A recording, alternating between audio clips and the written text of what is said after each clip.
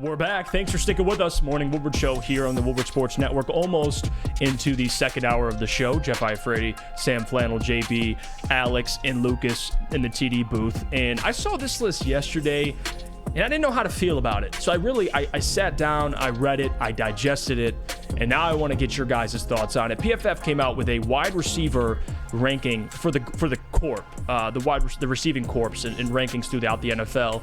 And I'm going to go through some of these teams, and we'll get to the Lions. But first, I just want to give some context to where they have some teams. So obviously, number one, the Cincinnati Bengals, speaking of Joe Burrow. I think we could agree there. I think as a wide receiver core, they're the best in the league on paper. Would you agree with that? I would agree. Okay, number two, the Philadelphia Eagles. I think that's fair.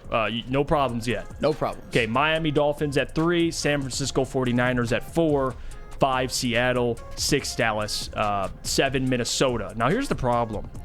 Minnesota at 7, and just stay with me here because this will make sense when I get to it. Minnesota's at 7, and I'll just give you an idea who's behind them. Buffalo at 9, Tampa Bay at 10, Kansas City obviously at 11, which, it is what it is. They're counting tight ends. Yeah, if they are, then makes sense. Los Angeles Chargers at 12. Now, mind you, do you hear what I just said? The Los Angeles Chargers are at 12. The Minnesota Vikings are at 7. Okay, so Stay with me here. I know this doesn't make any sense, but it's according to PFF. And PFF, as much as I like utilizing it at times, it's not something I often depend on all the time because of stuff like this. And I want to read the Minnesota Vikings, the reasoning why they put the Vikings at 7. They said, thank Justin Jefferson for the Vikings ranking in the top 10. Outside of Jefferson, Minnesota has TJ Hockenson at tight end, a viable option for him, but then it's KJ Osborne, Jalen Reagor, and rookie Jordan Addison, okay? And again, I like Jordan Addison. KJ Osborne, solid. TJ is TJ. But again, 7? Better than the Los Angeles Chargers, and you'll see where they have the Lions ranked in a second. We'll get down. So 12 Los Angeles Chargers, 13 the Chicago Bears, okay? Chase Claypool last season did almost as much as I did for the Bears with their wide receiver core. He wasn't very productive, but regardless, they're at 13. Los Angeles Rams at 14. Ravens at 15. 16 the Jaguars. 17 Broncos. And then it gets down, and then you get into the 20s, and the Lions come in at 23. 23. And I'll read their description for why they have the Lions at 23. They said, Amon-Ra St. Brown took a step into the elite category. Interesting. I agree with that, actually. But 23 and he's elite. Earning a 90.4 receiving grade last season. Detroit moved on from TJ Hockenson via trade in the middle of last year, but they have Marvin Jones Jr., Josh Reynolds, and added rookie Sam Laporta, who is sure to have a decent part of their passing game. Do you notice they didn't even mention Jameson Williams in here? Not even one mention of Jameson Williams. And again, I don't know if it's because he's suspended or they just forgot he's on the Lions. But if Jameson Williams is healthy, there's no way in hell they're 23rd in the NFL on paper. Because if you're telling me that Justin Jefferson, Cooper Kupp, these guys can elevate their wide receiver cores in a top 10, top 12, you can't tell me the Lions are 23rd in the NFL with their wide receiver core. And I'll tell you who's behind them.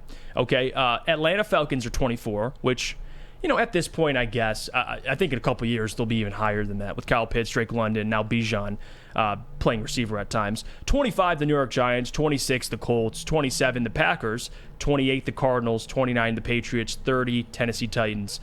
31, Carolina. And 32, Houston Texans. So that's who's behind the Detroit Lions. But Sam, when you first hear that, the Lions are ranked 23rd according to PFF, and they don't even mention Jameson Williams, and you have teams like Chicago, top 15. You have Minnesota, 7th. What do you make of it? So when I first saw this list and when I first saw the ranking, obviously I had the same reaction as you. 23 does sound a little bit crazy, especially given the fact that I think we both agree, and pretty much universally around Detroit, that Amon-Ra St. Brown is a star. We don't have to worry about him for the next almost approaching a decade. I think that he is going to be one of the best Detroit Lions wide receivers of all time when it's all said and done. And that's all well and good. I think that's 100% agreement amongst Detroit right now. And then you look, they mentioned Marvin Jones, who is a solid offseason pickup, although not in his prime. They mentioned Josh Reynolds, who is another solid receiver, but nothing really to write home about, although Jared Goff obviously likes him. They mentioned Sam Laporta, who is their rookie tight end, who the Lions obviously expect big things from, which is fair. That's why you draft a tight end that high, especially when they're going to need him to be tight end number 1. but no mention whatsoever of Jamison Williams. Great minds think alike, Jeff, because that just it really stood out when I read that article. But what also stands out to me is that if they're just disregarding Jamison Williams, 23 is not really that egregious. And Jamison Williams, despite what we all think about him, despite his enormous potential, despite him as a prospect, despite what he did at Alabama in his 1 year as a starter, in which he was one of the best and most dynamic college football players I have ever seen. He was that good. I thought the Lions were very, very fortunate to be able to draft him, and the only reason they were able to do that is because Brad Holmes traded up, and Jamison Williams had an ACL injury in the college football playoffs, so you pretty much knew that he was going to miss the majority of his first season. Despite all of that, Jamison Williams hasn't really shown a whole lot on the field. And even no matter how stupid you think the suspension is, and as more details come out, it appears to be an even more egregious suspension than we even thought before. Jamison Williams is going to spend pretty much his first 23 games as an NFL player basically doing a whole lot of nothing, having one reception. I get it was for a touchdown, but people act like he only played a game or two. He played 6 games and only had one reception, and then he had a carry. He only touched the ball twice. So does PFF just completely disregard Jamison Williams? Is Jamison Williams even thought about on a national level, or is he an afterthought at this point? Well, the problem I have is if you're going to go that route and you're not going to include Jamison Williams or Jahmyr Gibbs, and shout out to the Woodward Sports beat writer for the Detroit Lions, Matt Broder, my guy. He just posted an article about this whole topic. It's in the chat. You can check that out and read it. And he had some interesting things to say in this article as well. But if you're not going to mention Jamison Williams, and why mention Jordan Addison for the Vikings? He hasn't played. And technically, JMO has one more reception than he does in the NFL, and he's still not mentioned. Jordan Addison is mentioned. And they didn't even mention Jahmyr Gibbs, who we expect to play a lot in the slot, at wide receiver. They've been moving him around all over the place at minicamp and OTAs. That's my problem, is the inconsistencies. What are we doing? If you're not going to mention JMO, who's an NFL player, and yes, he was suspended, he was hurt last season, but did the guy get any slower? Like, does he suck now? I mean, he still has the same talent he had when he came out. He just hasn't been available. But Jordan Addison hasn't even touched an NFL field yet, and he's mentioned in the Vikings rankings, and they're ranked at 7. Come on, bro. What are we doing? That's the problem I have, Sam, is if they're going to go that route, then why include Jordan Addison, who hasn't even played yet? Because Jordan Addison doesn't have the same amount of career receptions as gambling suspensions. I guess Jordan Addison has 0, but Jamison Williams, he played in 6 games. Let's not act like he didn't play at all. And obviously the Lions were, I would say, keeping it safe with Jamison Williams. They didn't want him to get re-injured, and Jamison Williams did make a big touchdown catch, which was called back, and I didn't mention the carry that he had for 41 yards, and he did beat a defensive back deep, I believe in the Jets game, and Jared Goff underthrew him. You obviously see that Jamison Williams has a ton of talent. But Jordan Addison, he hasn't suffered an injury. He hasn't had a chance to be on the field. With Jamison Williams, you've at least seen when he was on the field this year with the Detroit Lions, he was an afterthought. In a lot of ways, he was a decoy. That's the reality of the situation. Jamison Williams was brought here to catch the football, and I still believe when he comes back, he will be great because he better be. But he didn't do anything his rookie year. I'm sorry. A lot of people aren't going to like that, but he didn't do a damn thing. I don't care about every time he touched the ball, it went for 40 yards. All 2 of them, 1 reception. That's not good enough. Do I love his talent? Yes. Does he have a resume in the NFL? Abso-freaking-lutely not, and you cannot deny that. Well, I think saying that he did absolutely nothing is a stretch. I think when he came back, his chemistry with Jared Goff clearly wasn't there, and his strengths, which is stretching the field, Jared, they couldn't connect initially. But to say he did absolutely nothing in the limited times he touched the ball, they were all explosive plays. So imagine an offseason where those 2 guys can work together and JMO can get implemented into the offense. You'd hope those explosive plays would become more consistent. At least he showed something. To say he did nothing, I think, is a stretch. Well, and for the record, before anybody comes at me with a gotcha when Jamison Williams ultimately comes back and is a star, I believe that it's going to happen. My point is that it hasn't happened yet, and the fact that PFF isn't even acknowledging Jamison Williams' existence on the Lions wide receiving core, yeah, it's egregious, but at the same time, why would they?